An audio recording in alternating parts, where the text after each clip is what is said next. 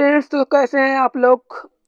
आपका स्वागत है मेरे यूट्यूब चैनल अमेजिंग क्लासेस में। आई होप आप लोग सब अच्छे होंगे और बोर्ड एग्जाम की जो तैयारी है वो अच्छे से कर रहे होंगे। जो भी छात्र या स्टूडेंट इस साल 2024 में बोर्ड एग्जाम देने वाले हैं, उनका एक मन में एक प्रश्न आता रहा होगा कि इनका जीवन परिचय याद करिए जो बोर्ड में 100% कन्फर्म है। तो फ्रेंड्स इस वीडियो में मैं आपको बताऊंगा कि इसमें किसका जीवन परिचय आपको याद करना है जो बोर्ड में कन्फर्म है। चलिए बिना देरी करते हुए हम अपनी वीडियो को शुरू करते हैं। केवल 5 मिनट लगेंगे फ्रेंड्स, मैं आप लोग को इनका जीवन परिचय अच्छे से याद करा दूंगा, ये 100% गारंटी है। तो चलिए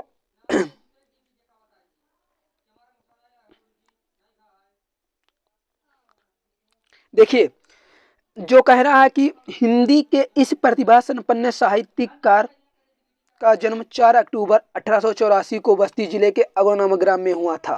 ठीक है फ्रेंड्स, जो ये हैं आचार्य रामचंद्र शुक्ला, इनका जीवन परिचय बोर्ड में हर साल पूछा गया है, कोई दो राय की बात नहीं है, हर साल ही आया है।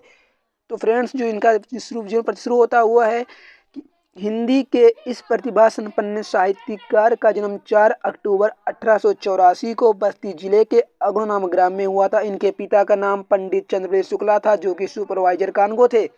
बालक रामचंद्र शुक्ला एंट्रेंस की परीक्षा यानी हाई स्कूल की परीक्षा कहाँ दिए? मिर्जापुर जिले में दिए और वहाँ से उन्होंने इसकी परीक्षा उत्तीर्ण की। लेकिन गणित में कमजोर होने के कारण इनकी शिक्षा आगे नहीं बढ़ सकी। इनका जो मैथ था फ्रेंड्स वो बहुत कमजोर था। इंटर की परीक्षा के लिए वो कैस पाठशाला इलाहाबाद में प्रवेश लिए, किंतु अंतिम वर्ष परीक्षा से पहले ही विद्यालय छूट गया।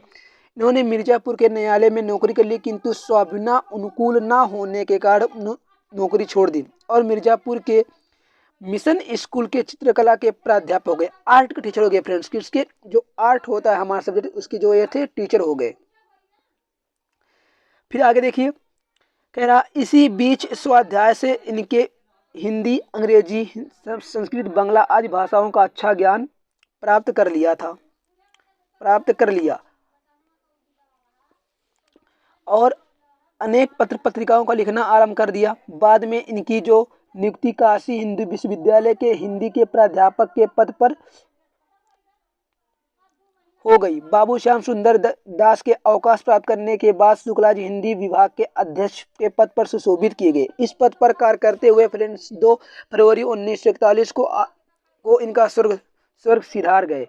फ्रेंड्स, जो इनका जीवन परिचय थे आपको बहुत शानदार से याद करना है, कुछ लोड नहीं लेना है, बस आपको करना क्या है ये देख लीजिए ध्यान से। जो इनका नाम था आप उनका नाम देख लेंगे ध्यान से। तो आचार्य रामचंद्र शुक्ला जी हैं, इनका जन्म हुआ था 4 अक्टूबर 1884 को बस्ती जिले के अगरो नामक ग्राम में हुआ था। इनके पिता का नाम पंडित चंद्रवेद शुक्ला था। इनकी माता का नाम इसमें दिया नहीं है। बालक रामचंद्र शुक्ला कहाँ तो पढ़े थे? एंट्रेंस की परीक्षा स्कूल मिर्जापुर स्कूल जिले में इसकी दिए थे और फिर उनके जो मैथ था वो बहुत कमजोर था, इसलिए उनकी शिक्षा नहीं हो सकी। फिर ये चित्रकला के अध्यापक हो जाते हैं। इसी बीच और जो होता है अंग्रेजी, हिंदी, संस्कृत आदि विषयों का अच्छा अध्ययन करने के बाद ये स्वयं ही अपने आप से ये सब विषय पढ़ते हैं। विश्वविद्यालय के हिंदी प्राध्यापक के पद पर श्याम सुंदर दास के अवकाश प्राप्त करने के बाद शुक्ला जी हिंदी विभाग के अध्यक्ष पद पर सुशोभित हो गए। इसी पद पर कार्य करते हुए 2 फरवरी 1941 को आप स्वर्ग सिधार गए। आपको याद क्या करना है? इनका डेट ऑफ बर्थ, ठीक है, यानी जन्म तिथि, और कहाँ पैदा उसे याद कर लेना है, उनकी पिता का नाम और मृत्यु, और बस इतना देख लेंगे आप। और आपसे पूछने का वाला क्या है, आपसे ये पूछेगा कि इन लेखक के किन्हीं 2 कृतियों का या रचनाओं का विस्तार उल्लेख कीजिए। तो आप इनमें से कोई भी लिख सकते हैं। निबंध जो इन्होंने निबंध लिखा वो है चिंतामणि भाग 1 और 2, विचार बीथी है। दूसरा क्या है? इतिहास, हिंदी साहित्य का इतिहास। आलोचना लिखे हैं सूरदास, रश्मिमानसा त्रिवेदी, और संपदा में लिखे हैं जय ग्रंथावली, तुलसी ग्रंथावली, भरमर गीत, हिंदी सार, शब्द सागर लिखे हैं। और उसके बाद काशी नगरी प्रचार पत्रिका लिखे हैं। 1 मिनट, ये देखिए। अन्य इसके अतिरिक्त शुक्ला जी ने कहानी वर्ष का काव्यगीत अध्ययन की रचना की है।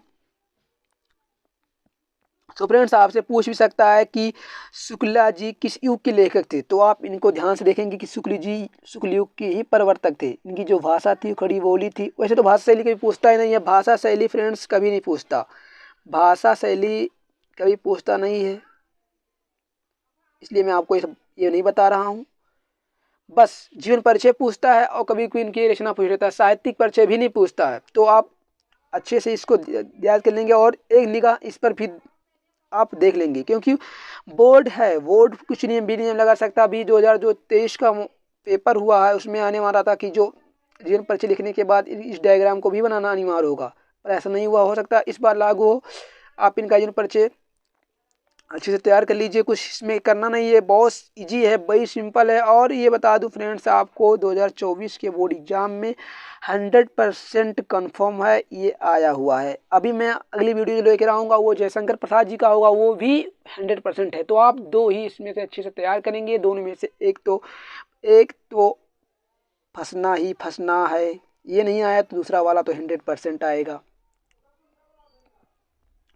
सो फ्रेंड्स, अगर आप मेरे वीडियो चैनल पर नए हों तो मेरे चैनल को सब्सक्राइब कीजिए और बेल आइकन को प्रेस कीजिए, ताकि जो नए वीडियो हों आप तक तुरंत पहुँचे। और जो भी क्लास 10th के छात्र छात्राएँ हैं, इस वीडियो को उन तक शेयर कीजिए ताकि उनको भी अच्छे से हेल्प मिल सके। तब तक के लिए जय हिंद, जय भारत, वंदे मातरम। मिलते हैं आपसे अगली वीडियो में जयशंकर प्रसाद जी के जीवन परिचय के साथ। जय हिंद, जय भारत।